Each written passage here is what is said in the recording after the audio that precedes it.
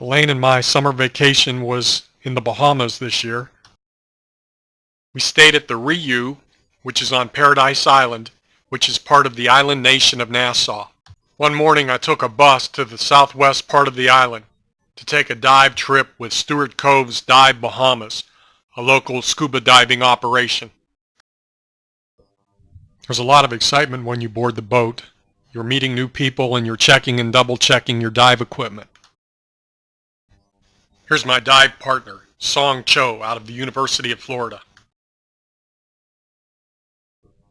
The dive master said to take your seasick medicine before we got started.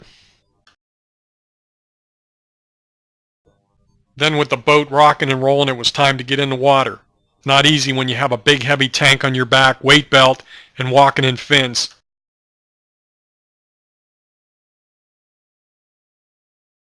But I did a step-off entry okay, got the camera, and started down.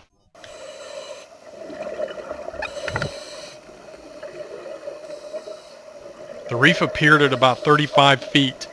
We had instructions from the dive master to not go below 85 feet, and the dive was to last 35 minutes maximum.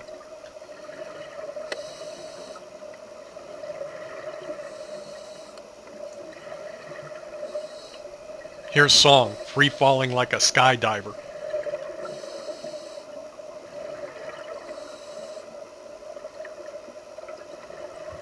And once again I was back among the coral and exotic tropical reef life.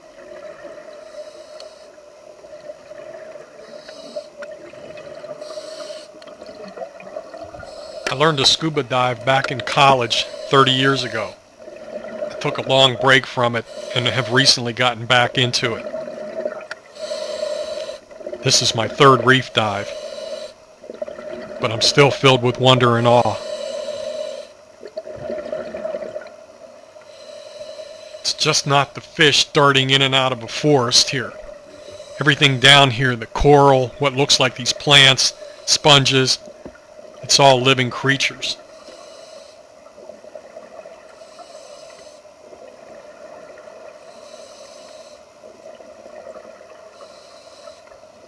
Here's my Alfred Hitchcock moment. I make an appearance in all my movies. Water, as you know, is a liquid.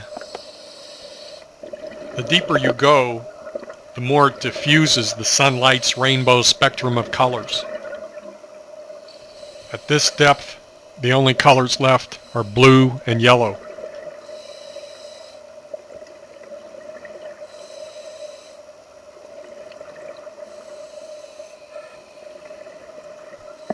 Notice that silt I kicked off.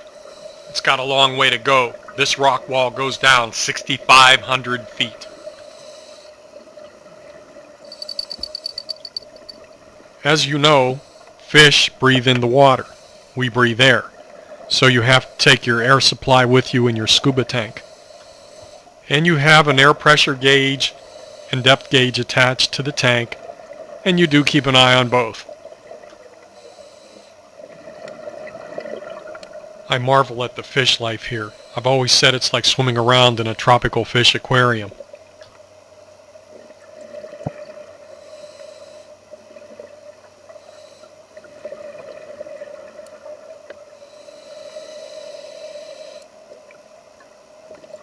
Now let's talk about where this video comes from.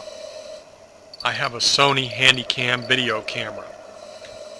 The moment I put it underwater would be the moment that I wouldn't have a Sony Handycam Video Camera. So I need to protect it in this environment of water and pressure. To do this, you need an underwater video housing.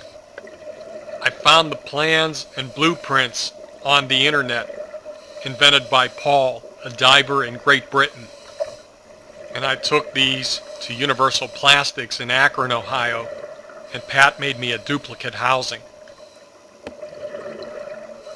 The housing's rated for 85 feet, because that's how deep Paul took it.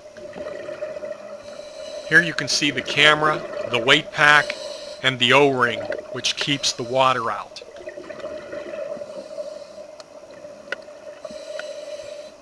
And here's what the fish see.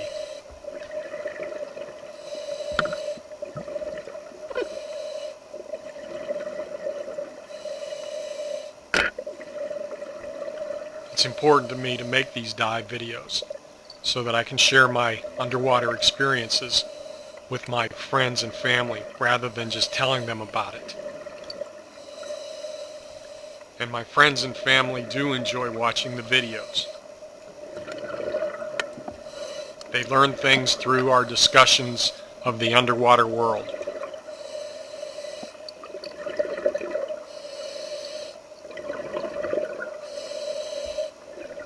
My depth gauge reads 85 feet. That's the maximum dive limit. This was by far my deepest dive and the tested limit of the underwater video camera housing.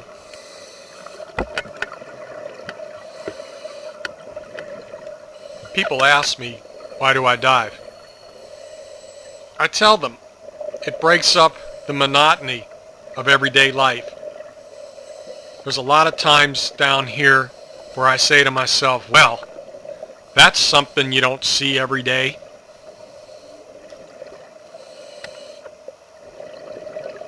And when I'm done, I'm high with excitement and can't wait to tell others about my experiences.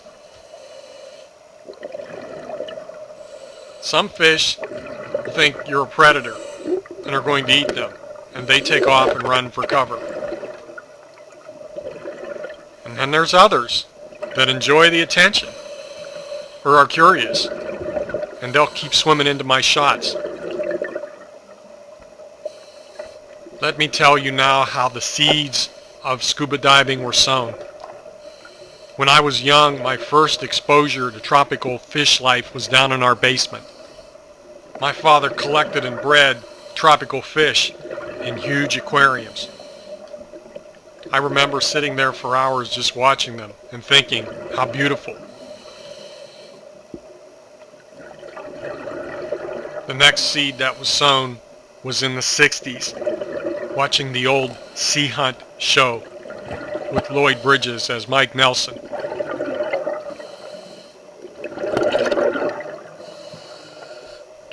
People ask me if I'm ever scared. I guess I'm too busy just taking in the wonderment and looking for a good video shot. Then again, other than a couple of barracuda, I really haven't seen anything really scary down here. It's there, I just haven't seen it.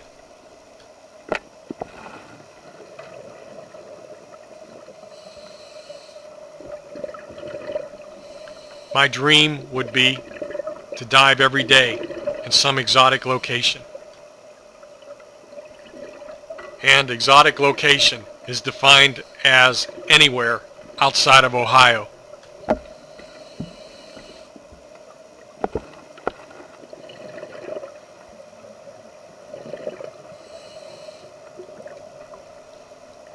I hope you've enjoyed my experiences with me and the time we spent together in this blue universe.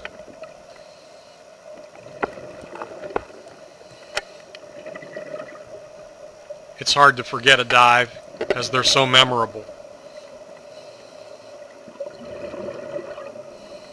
Even so, I keep a record of each dive in my dive logbook.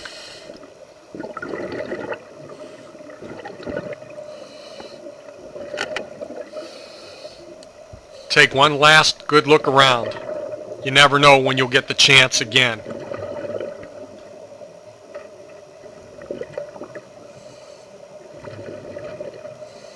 Song reminds me that our 35-minute dive time is up. We have to make a 3-minute mandatory decompression stop at 15 feet. And with the boat still rocking and rolling, you have to climb up the ladder with all this stuff on. Imagine trying to get into a moving car with a 100-pound elephant strapped to your back.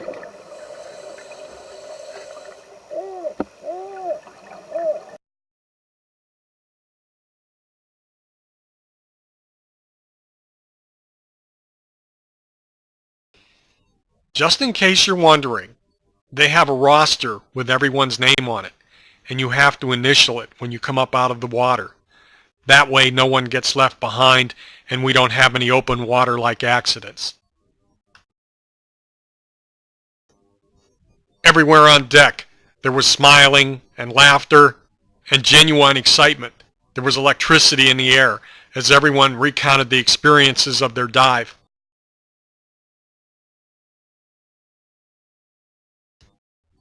With all on board, it was time to move to our next dive location, somewhere out there.